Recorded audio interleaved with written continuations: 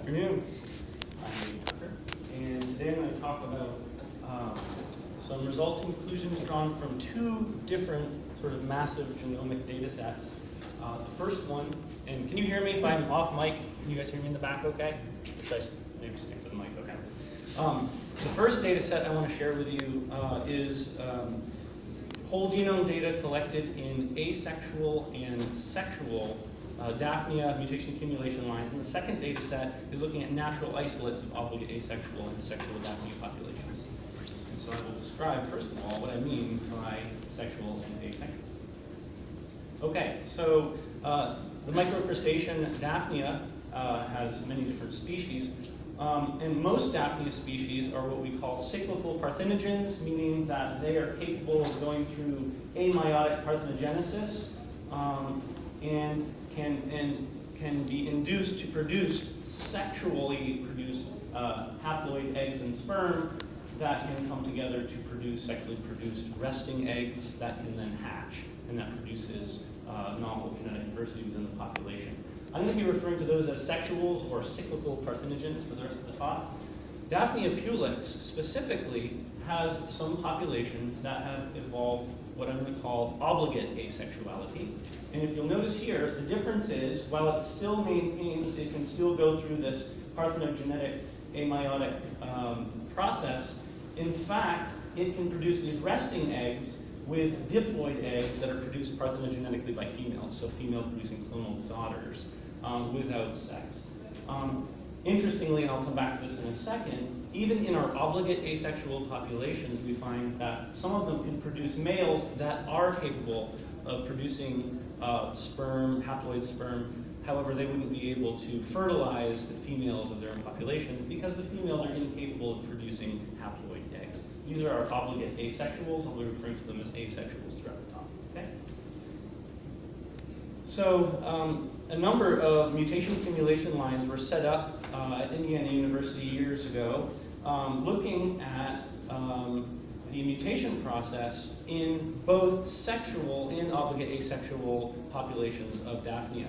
By the time I got to the Lynch lab at Indiana University, we decided to extract DNA from a number of these replicate lines of both an asexual population and a sexual population.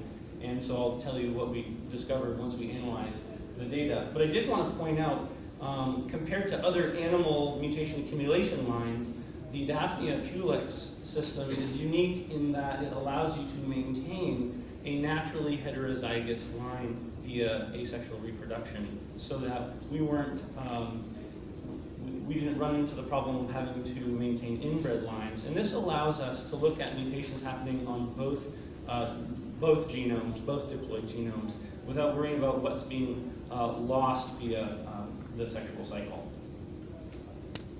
Okay, and just to give you some of the data real quick, so of course we analyzed base substitutions and found that combined, the Daphnia have a mutation rate about what we expected. You'll notice two rates here. It turns out one of the asexual lines had a rate that was 10 times higher as the others, and we think that was probably a mutator line. We did find that it has some non-synonymous substitutions in some important replication factor genes. And so we also provide another estimate excluding that mutator line, and that puts us well within the range of other invertebrates. And so that is the mutation rate for base substitutions. But that's not what was interesting in the results. What's interesting is looking at some of the larger scale mutations that are probably in a lot of other systems hard to assay because of the inbreeding that is required to maintain a lot of animal mutation accumulation lines. First of all, I just want to point out that the basic idea behind detecting these larger scale mutations depends on looking at the effects on coverage. And so if you have a mutation accumulation line that has a duplication, you're going to expect about 1.5 the complement of coverage at that location. So we're going to use that statistically to determine where duplications have occurred throughout the genome. Likewise, you can have loss of heterozygosity due to deletions, and of course you would expect, were there to be a deletion at a locus, you would get half the amount of coverage. And you can also have loss of heterozygosity within a heterozygous line via the process of gene conversion, or I should say processes of gene conversion. And with that, what you see is a loss of heterozygosity, but with no difference in sequence coverage. So we use that basic idea to scan the entire genome, or the portion of it that we had good data for, to look for tracks of duplication, deletion, and gene conversion. And what we found were a large number of large-scale duplications. As you can see here, these tracks of high probability extra coverage tell us that there is sequence in that particular subline that is at normal coverage in the other sublines. Likewise, a deletion will look like this. We have a high probability of difference in coverage, showing a lack of coverage where we expected twice the amount. But I'm sort of leaving the discussion of duplications and deletions out to focus on something else that I find particularly interesting, and that is in these mutation accumulation lines, we found a very high rate of loss of heterozygosity due to gene conversion, and some of these gene conversion tracks are quite large. So here we're looking at no significant deviation from expected coverage within this line. However, all the heterozygous sites in this swath of genome is completely gone. And so we're able to come up with estimates from these mutation accumulation lines in both sexuals and asexuals. Loss of heterozygosity via gene conversion came out to be about 1×5 in the obligate asexuals, almost an order of magnitude higher than what was observed in the sexuals. And then we have loss of heterozygosity resulting from deletion, where we had half the coverage, on the order of 10⁻⁵ as well. These are really high rates.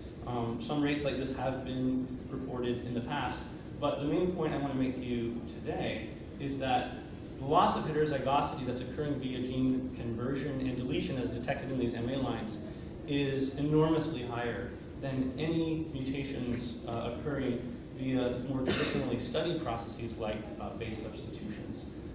And one of the important implications when comparing sexual and asexual lines is to note that the consequence of loss of heterozygosity via gene conversion or deletion in an obligate asexual line is that that loss of heterozygosity is permanently locked into that asexual lineage. If you think about a sexual organism, loss of heterozygosity via gene conversion will, because of segregation, not necessarily lead to loss of heterozygosity in subsequent generations. So in the obligate asexuals, you have a permanent loss of heterozygosity.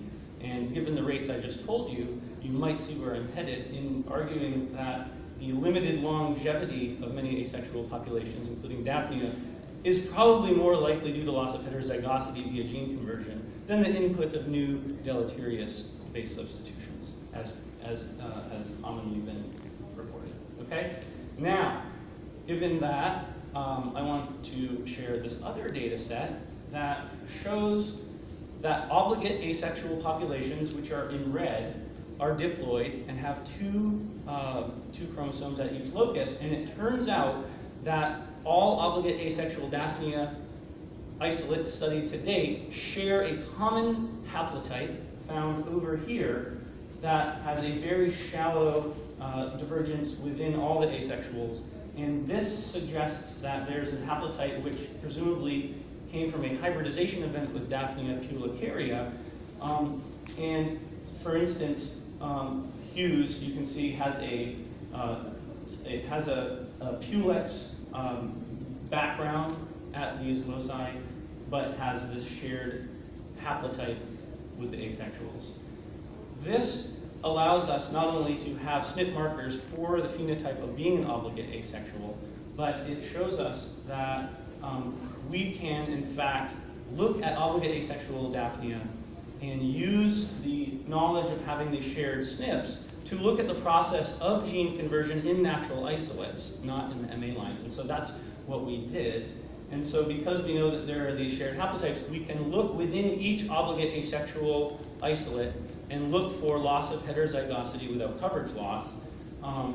And if you look at all the loss of heterozygosity at the SNP markers that we found in the obligate asexuals, we find a bimodal distribution, presumably caused by the fact that LOH, loss of heterozygosity, can be caused really by two basic mechanisms, each of those distributions probably being due to those two different mechanisms where your gene conversions lead to no loss of coverage and your deletions, you get half the amount of coverage. Okay, so, meaning. So, why do asexuals keep cropping up in the Daphnia pulex complex? Well, they all share the same haplotype, so there's probably a single origin. And is there some advantage to being an asexual? What has been proposed in the past is that when you have a one-way conversion from sexual to asexual via the inheritance of these markers, it suggests that a neutral drive process could simply lead to the spread of asexuality passively. And this is what's been called sort of contagious asexuality. You may have seen that in the literature. However, heterozygosity data comparing within and between clone isolates from this comparison of asexuals and sexuals suggests that the story is a little bit more complicated than that. The first thing I want to point out is that all of our asexual clones where we did a whole entire genome sequence, this is heterozygosity summed up over the entire genome, excluding the obligate asexual haplotypes that were introgressed from Pulicaria. So excluding those and just looking at the background genome of obligate asexuals, you see that the average individual heterozygosity is significantly higher than the average individual sexual heterozygosity for the 10 sexual clones that we looked at, which is interesting in and of itself and suggests that there may be an advantage to being asexual in that if you start off highly heterozygous, being an asexual is a good way to maintain that heterozygosity because you can avoid inbreeding. Only for a while until the deterministic process of gene conversion has an inbreeding-like effect on these asexual lineages and leads to their limited longevity. And so that's the argument I'm making. I will make one more argument and then allow for questions, but another observation that suggests that a neutral drive-like process is not responsible for the spread of obligate asexuality in Daphnia is the fact that the average individual heterozygosity is maintained and is not different than between pond, so these are obligate asexuals isolated from different populations, suggesting that there is not a set of asexual causing haplotypes that are repeatedly getting passed on within a population as the drive process would suggest, that it's not a contagious spread, but in fact the asexuals are benefiting from the maintenance of some heterosis or high heterozygosity advantage. And so I'm going to leave it at that and just mention that I'm arguing against using this term contagious asexuality because I think that it's clear there are some other factors at play, but I would like to acknowledge. And most of the data that I've told you about today is actually published and can be found in these 3 papers. And I'd like to acknowledge the co-authors on much of this work. And I'll take questions. Thank you.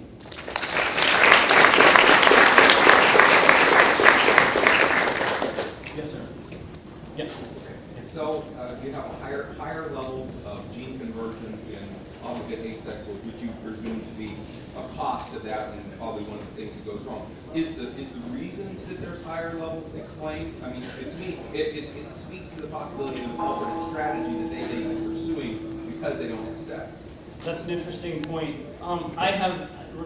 Because the MA line data is really just one experiment comparing one set of sexuals and asexuals,